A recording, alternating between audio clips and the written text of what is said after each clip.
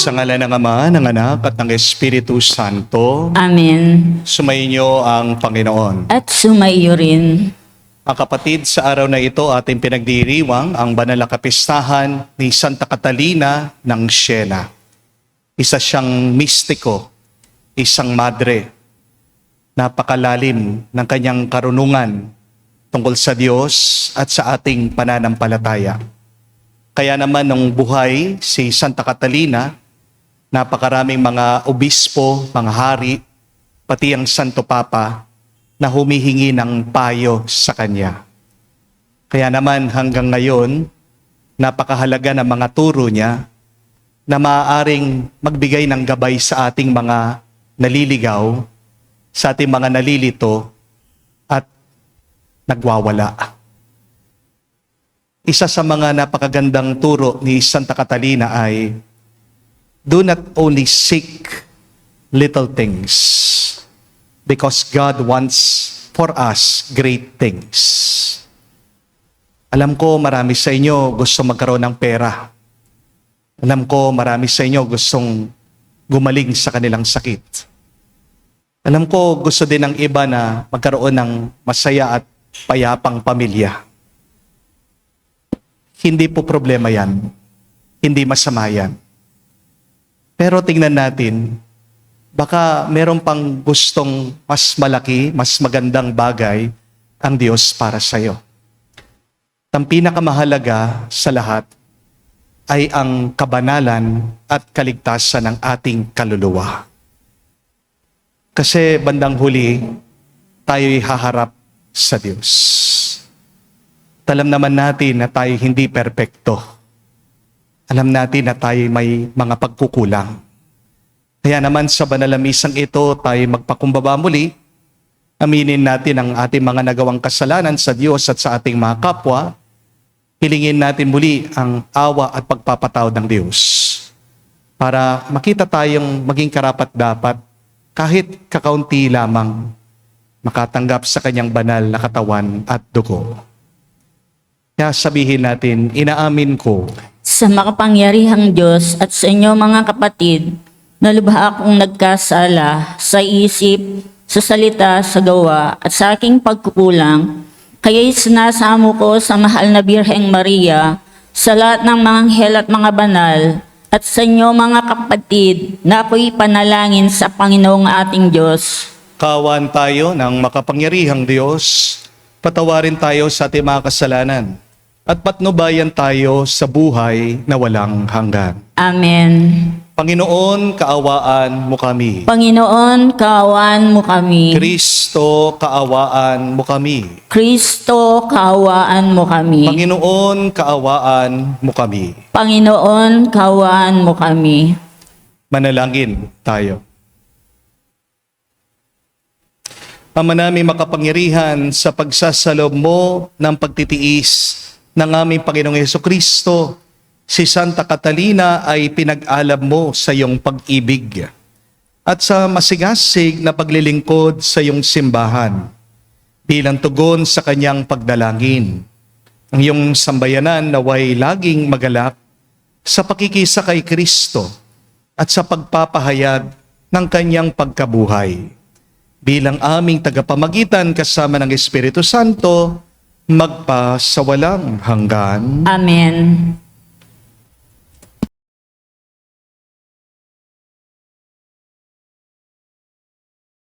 Pagbasa mula sa mga gawa ng mga apostol. Noong mga araw na iyon, lumalago at lumalaganap ang salita ng Diyos. Sina Bernabe at Saulo ay bumalik buhat sa Jerusalem nung maganap na nila ang kanilang tungkulin. At isinama si Juan na tinatawag ding Marcos. May mga propeta at mga guro sa simbahan sa Antioquia. Kabilang dito sina Bernabe, Simeon at tinaguri ang Negro, Lucio na taga Cirene, Saulo at Manaen. Kababata ng Tertrakang si Herodes. Samantalang sila'y inaanyuno at sumasamba sa Panginoon. Sinabi sa kanila ng Espiritu Santo Ibukod ninyo si Bernabe at Saulo.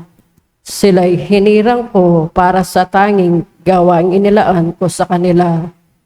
Pagkatapos nilang mag-ayuno at manalangin, ipanatong nila sa dalawa ang kanilang mga kamay at sila'y pinayaon. Kaya't bumaba sa Seleucia sina Bernabe at Saulo na sinugo ng Espiritu Santo at buhat dooy naglayag patungong Chipre. Nang dumating sila sa Salamina, pinahayag nila ang salita ng Diyos sa mga sinagoga ng mga Udyo roon. Kasama nila si Juan Marcos bilang katulong. Ang salita ng Diyos. Salamat sa Diyos. Naway magpuri sa iyo ang lahat ng mga tao. Naway magpuri sa iyo ang lahat ng mga tao. O Diyos, pagpalain kami at kahabagan. Kami, Panginoon, iyong kaawaan. Upang sa daigdig mabatid ang lahat, ang iyong kalooban ay ang pagliligtas. Naway magpuri sa iyo ang lahat ng mga tao. Naway purihin ka ng mga nilikha, pagkat matuwid kang humatol sa madla. Ikaw ang patnubay ng lahat ng bansa. Naway magpuri sa iyo ang lahat ng mga tao. Purihin ka nawa ng lahat ng tao. Purihin ka nila sa lahat ng dako. Ang lahat sa amin iyong pinagpala. Naway igalang ka ng lahat ng bansa. Naway magpuri sa iyo ang lahat ng mga tao.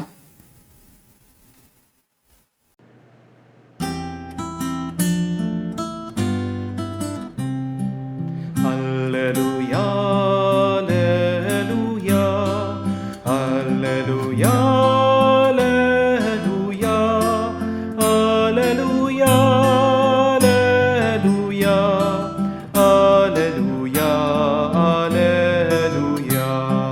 alleluia, alleluia, alleluia, alleluia, alleluia. Sinabi ni Hesukristo, ako ang ilaw ng mundo at buhay ng alagad ko. Alleluia, alleluia. Sumainyo ang Panginoon. At sumayo rin. Ang mabuting balita ng Panginoon ayon kay San Juan. Papuri sa iyo, Panginoon.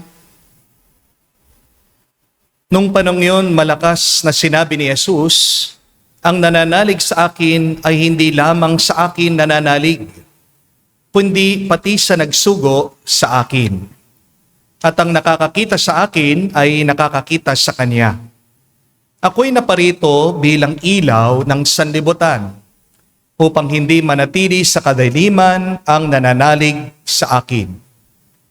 Kung mapakinggan nino man ang aking mga salita, ngunit hindi niya tuparin ito, hindi ko siya hahatulan.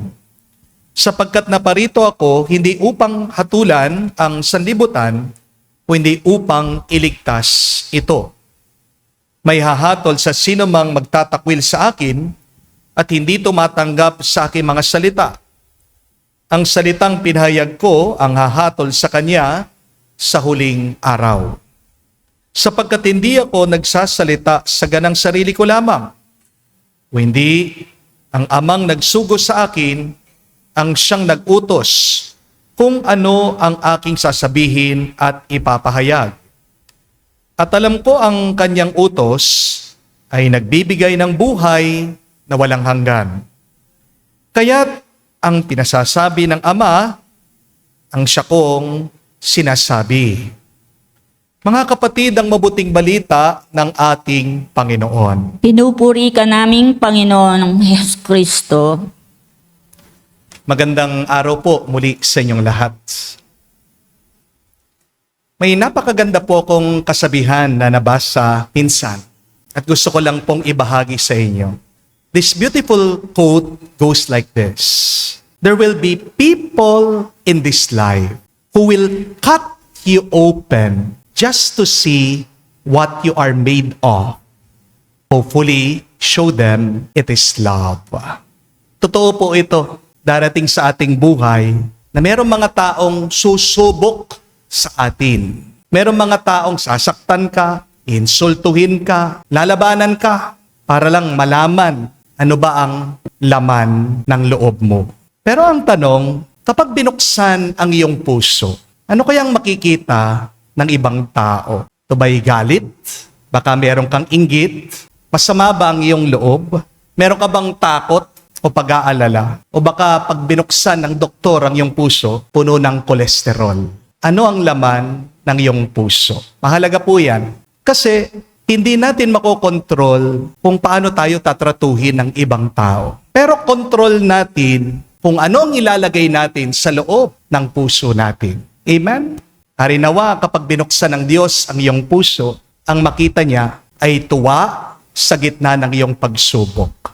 Pananampalataya kahit na meron kang pagdududa. Pagpapakumbaba kahit na meron kang tagumpay. Katapatan kahit na walang nakakakita. At pagtitiis kahit na hirap ka na. At dito po tayo binibigyan ng halimbawa ni Santa Catalina ng Siena, ang santong ating pinagdiriwang ngayon.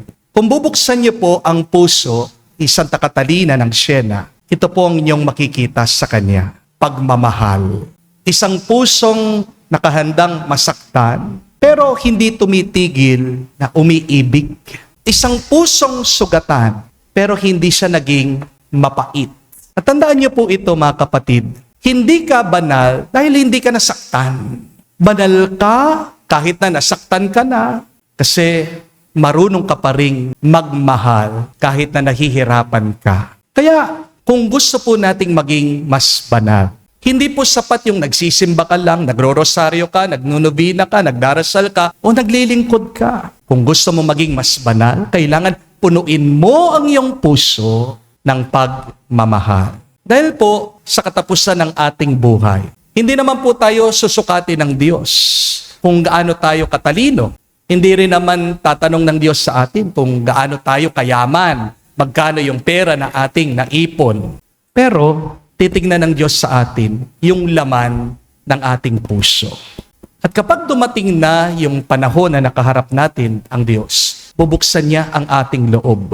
Harinawa, ang makita niya, hindi galit, hindi mga sugat, hindi rin po sana sama ng loob, kundi isang puso na ninais na magmahal tulad ng puso ni Santa Catalina. Kaya ito po ang tatlong aral na pwede nating matutunan kay Santa Catalina para tayo ay mas makapagmahal pa. Dasal at panalangin natin, naway sa ating pagmamahal, tunay tayong maging mas banal. The first one, remember this, Saint Catherine taught us that love follows knowledge. Ang pagmamahal ay sumusunod sa pagkilala.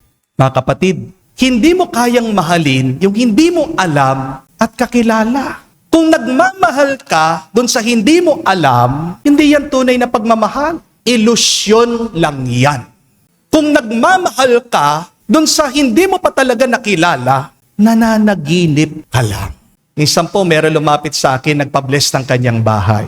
Pagpasok ko po dun sa tahanan, nabigla ako dahil meron siyang alagang aso. Napakalaki po. Napakabangis.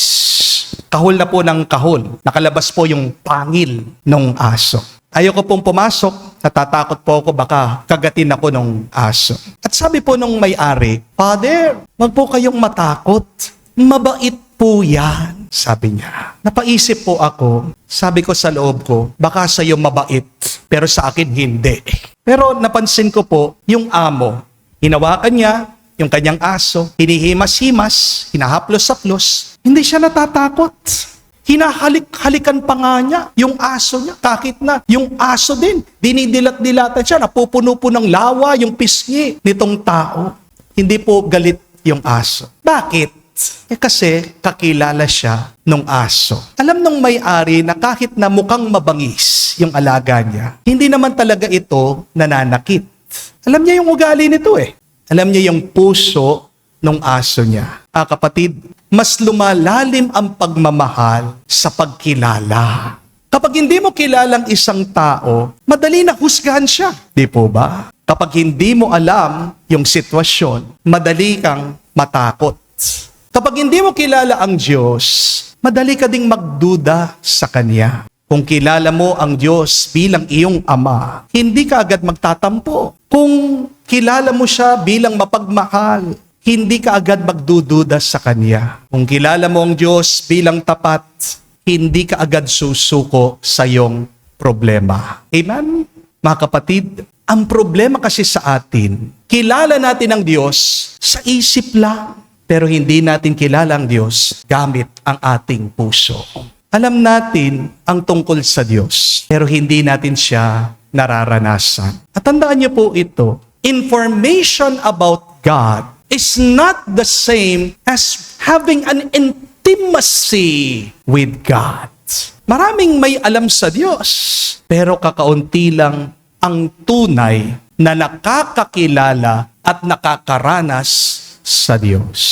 Kaya kung gusto mong mas lumalim ang pagmamahal mo sa Diyos para ikaw ay mas pagpalain pa niya, kilalanin mo siya araw-araw. Kilalanin mong Diyos gamit ng Kanyang salita, ang Biblia. Nakikilala natin ang Diyos sa loob ng banal na misa, ang Eucharistia. Nakikilala mong Diyos sa gitna ng katahimikan because God speaks to us in silence. Nakikilala mo din ang Panginoon sa iyong mga problema because God is closest to us when we are undergoing great pains and sufferings. Anong sabi ng isang santo na pag tayo'y nahihirapan, tayo'y hinahalikan ni Jesus. At kapag nakikilala mo siya, mapapansin mo, unti-unti nagbabago ang puso mo. Yung dating takot mo, magiging tiwala. Yung iyong pagrereklamo, magiging pasasalamat.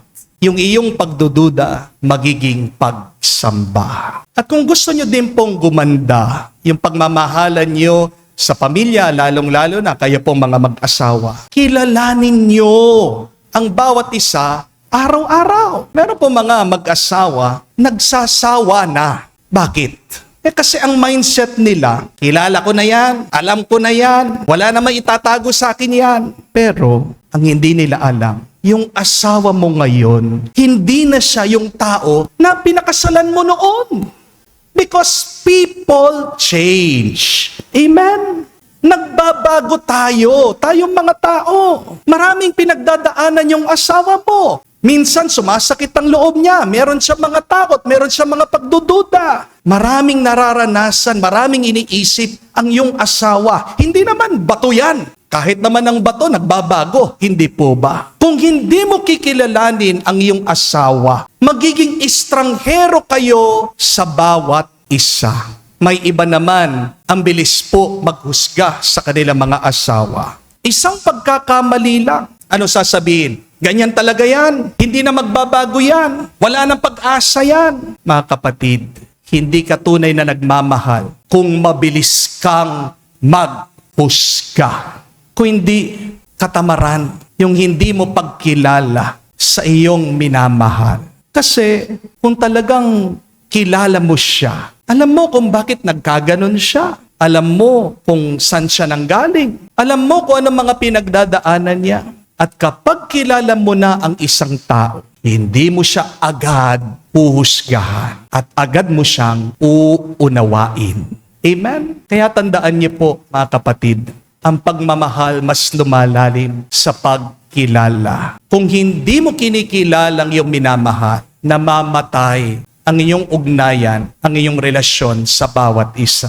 Kaya kung gusto niyo pong bumalik yung inyong kilig, kung gusto niyo po na bumalik yung inyong lambing sa bawat isa, kung gusto niyo pong gumaling ang inyong nasirang relasyon, ang mo sasabihin, kilala na kita. Ang sabihin mo, gusto pa kitang makilala.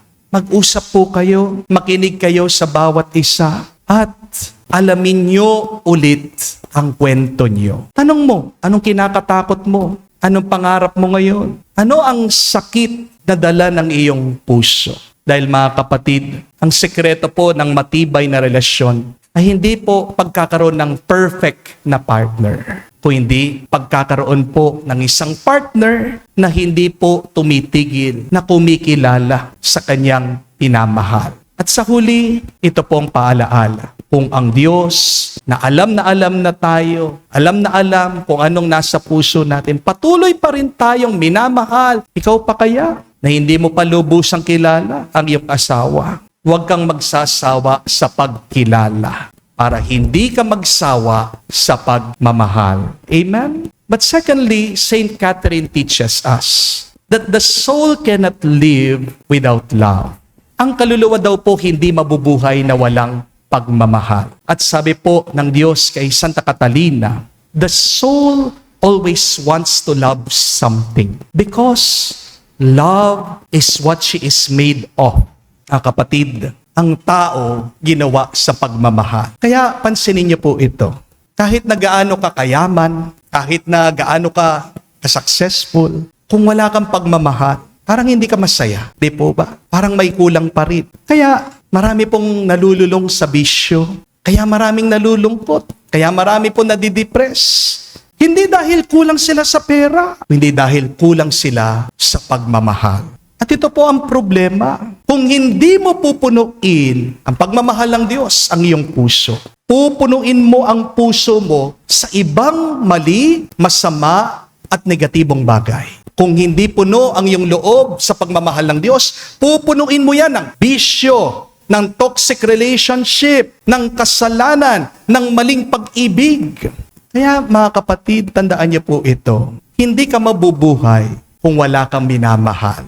Pero siguraduhin mo, kung magmamahal ka, tama yung iyong mamahalin. Amen? Hindi naman lahat ng ating minamahal tama. Minsan, huli na ang lahat bago nating ma-realize yan. Sayang ang buhay. Maiksi lang ang oras natin dito sa mundong ito. Kaya nga, wag mong sayangin ang iyong buhay na minamahal mo ang maling bagay. Amen? Third and last, Saint Catherine also taught us that love transforms one into what one loves.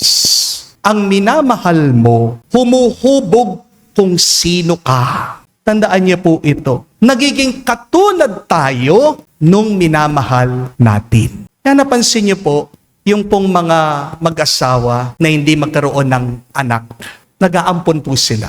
At habang tumatanda yung bata, nakakamukha po niya yung mga magulang niya. Yan po yung ibig sabihin nung love transforms one into what one loves. Kung mahal mo ang pera, magiging makasarili ka. Kung mahal mo ang kapangyarihan, magiging mapag-abuso ka. Kung wala kang ibang minamahal kundi sarili mo, magiging makitid ang isip mo. Pero kung mahal mo si Kristo, magiging katulad Kanya. Magiging mas mapagpatawad ka, magiging mas mapagbigay ka, magiging mas mapagkumbaba ka. Kaya wag po kayong magtataka kung bakit mayroong mga tao laging galit. Kasi mahal na mahal nila yung galit nila. Hindi nila mabitawan yung galit nila. Di po ba? Pero wag din kayong magtaka, mayroong mga tao puno ng kapayapaan. Kasi sila yung mga taong nagmamahal sa kapayapaan. Amen? You transform into what you love. Kaya mga kapatid, magandang pagnilayan po ito. Magandang pag-isipan ito. Kung bubuksan ng Diyos ngayon ang puso mo, anong makikita niya? Sinong makikita niya? Dahil ang laman ng puso mo ngayon, yan ang magiging buhay mo bukas. Remember that. Your tomorrow is dictated with what you hold now in your heart. Kaya sa tuwing may taong makakasakit sa iyo, kapag meron tao na tila ba binubuksan niya ang puso mo, sinusubukan ka niya, huwag kang magpapakita ng galit. Huwag mong dadagdagan ng sugat ng iyong loob. Ipakita mo, pinipili mong magmahal, umibig palagi. Dahil sa dulo ng lahat, hindi ka naman huhusgahan ng Diyos sa kung gaano karami na mga sugat na iyong natanggap sa iyong puso. Hindi ka huhusgahan ng Diyos kung gaano karaming beses ka nasaktan ng iba. Pero huhusgahan ka ng Diyos kung pinili mo bang magmahal kahit na sinaktan ka ng iba.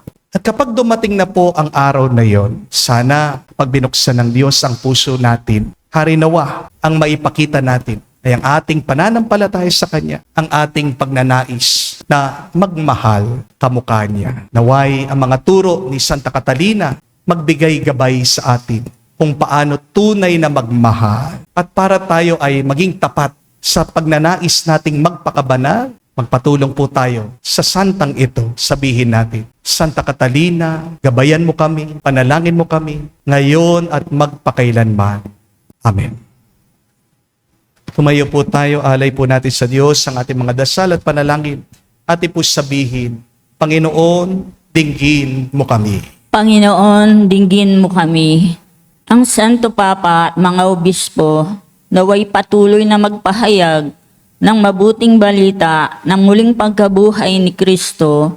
Manalangin tayo sa Panginoon. Panginoon, dinggin mo kami. Ang mga pinuno ng pamahalaan, naway tularan ng habag at kabutihan ni Jesus sa pangangalaga sa maging sa kanyang pinakaabang kapatid. Manalangin tayo sa Panginoon. Panginoon, dinggin mo kami. Ang mga mamamayan ng mahihirap na bansa naway maakit na lumapit kay Jesus na maging isang dukha para sa ating kapakanan. Manalangin tayo sa Panginoon. Panginoon, dinggin mo kami. Sa katahimikan po ng ating puso, manggitin natin, sabihin natin sa Diyos ang ating mga personal na pangangailangan.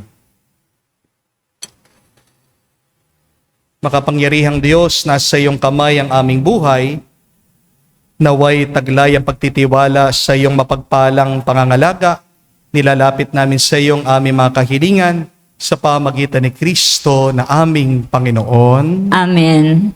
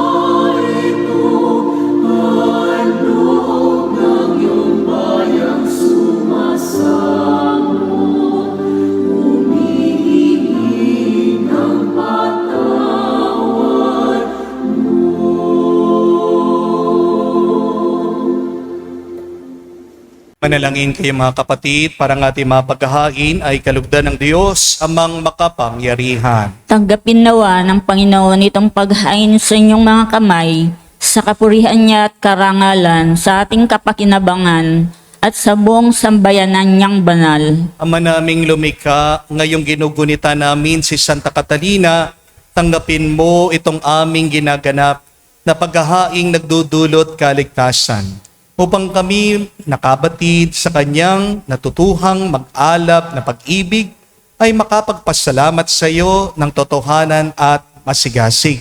Sa pamagitan ni Jesucristo, kasama ng Espiritu Santo, magpa sa walang hanggan. Amen. Sumainyo ang Panginoon. At sumaiyo rin. Itaas sa Diyos sa inyong mga puso at diwa. Itinaas na namin sa Panginoon. Pasalamatan natin ang Panginoong ating Diyos. Marapat na siya ay pasalamatan. Ama naming makapangyarihan, tunay nga marapat ikaw ang aming pasalamatan.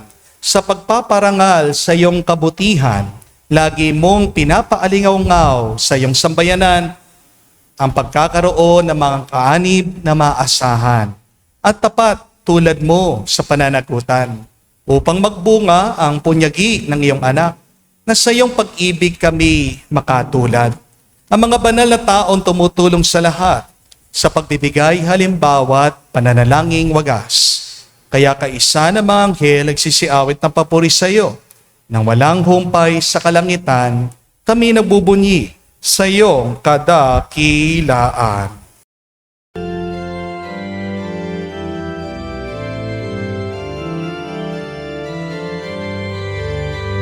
Santo, Santo, Panginoong Diyos ng mga hukbo, napupuno ang langit at lupa ng kadakilaan mo. Hosana, Hosana, sa kainasan, ilagpalang na paririto sa ngalan ng Panginoon. Hosana, Hosana, sa kainasan. Hosana, Hosana, sa kainasan.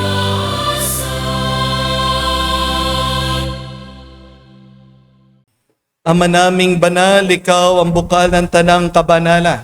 Kaya't sa pamagitan ng iyong Espiritu, gawin mong banal ang mga kaloob na ito upang para sa amin maging katawan at dugo ng aming Panginoong Heso Kristo.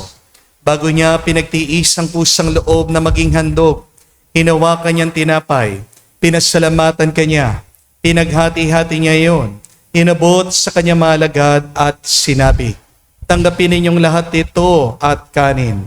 Ito ang aking katawan na ihahandog para sa inyo.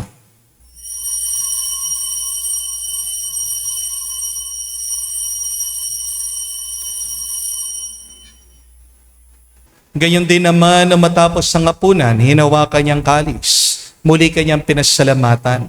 Nabot niyang kalis sa kanyang malagad at sinabi, tanggapin ninyong lahat ito at inumin. Ito ang kalis ng aking dugo, ng bago at walang hanggang tipan. Ang aking dugo na ibubuhos para sa inyo at para sa lahat, sa ipagpapatawad ng mga kasalanan. Gawin ninyo ito sa pag-alaala sa akin.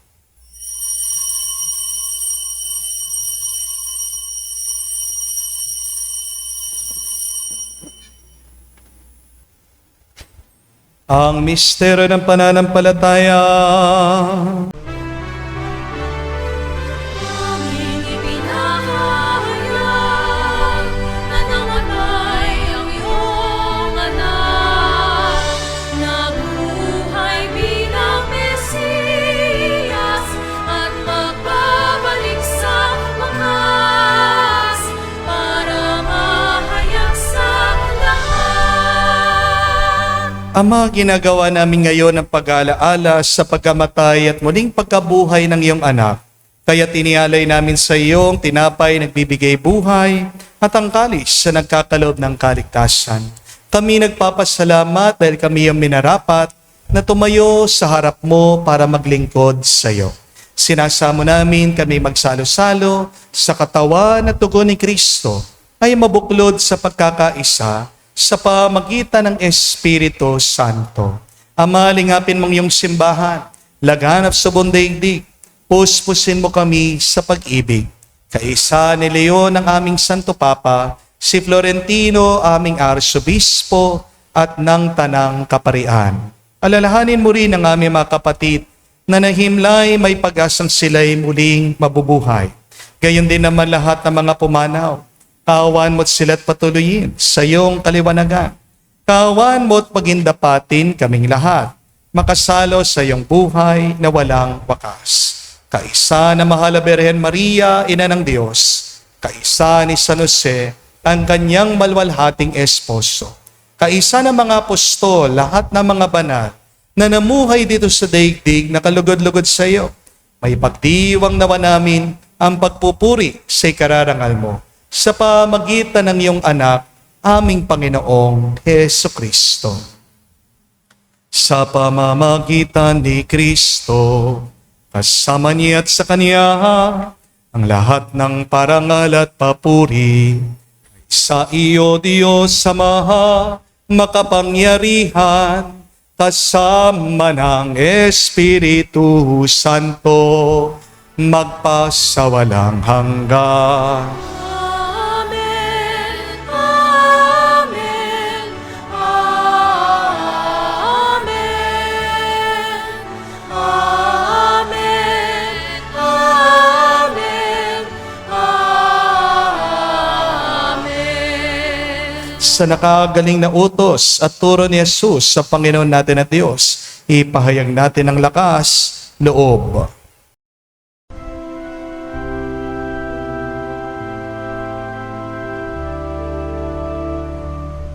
Ama namin, sumasalangit ka, sambahin ang ngalan mo, mapasa amin ang kaharian mo, sundin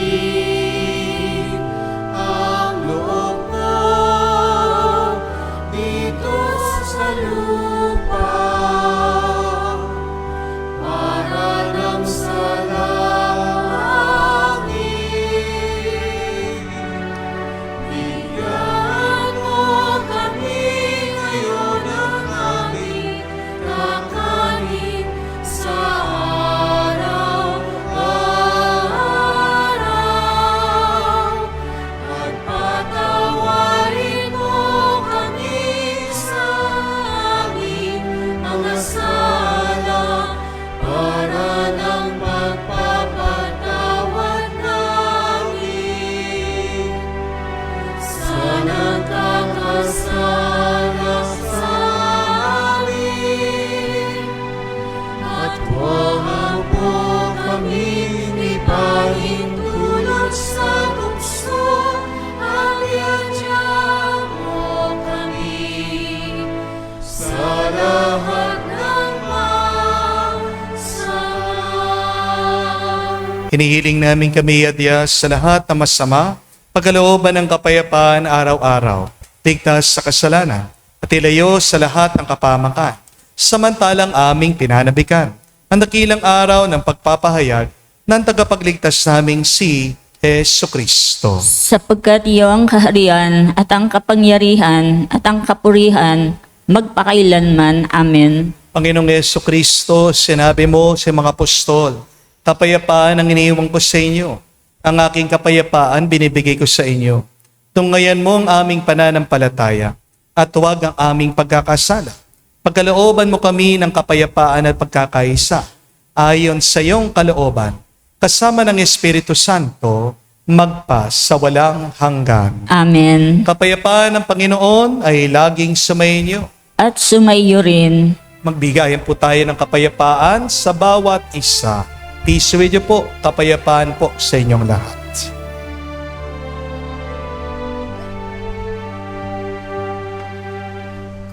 Kordero ng Diyos na nag-aalis ng mga kasalanan ng sanlibutan, maawa ka sa amin.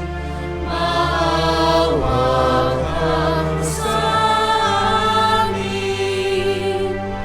Kordero ng Diyos na nag-aalis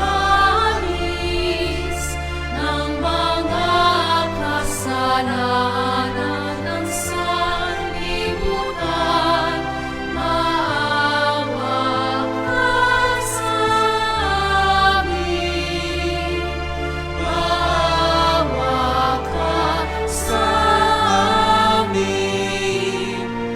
Kordero ng Diyos na nag-aalis ng mga kasalanan ng sanlibutan, ipagkaloob mo sa amin ang kapayapaan.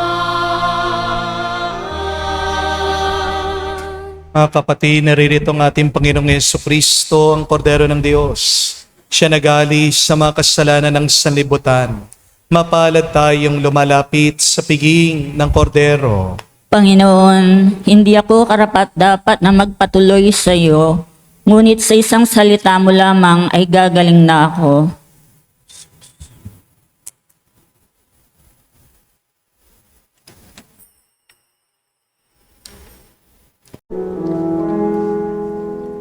Make me a servant, humble and meek. Lord, let me lift up those who are weak, and make the prayer of my heart always be.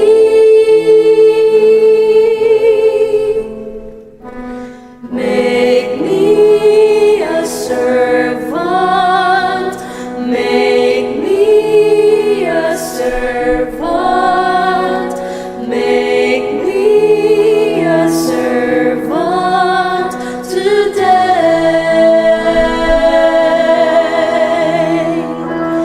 Make me a servant, humble and weak.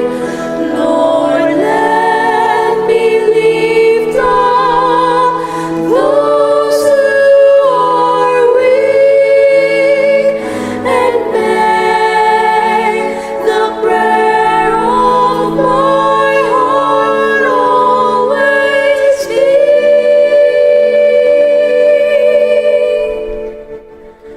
Make me a servant, make me a servant, make me a servant today.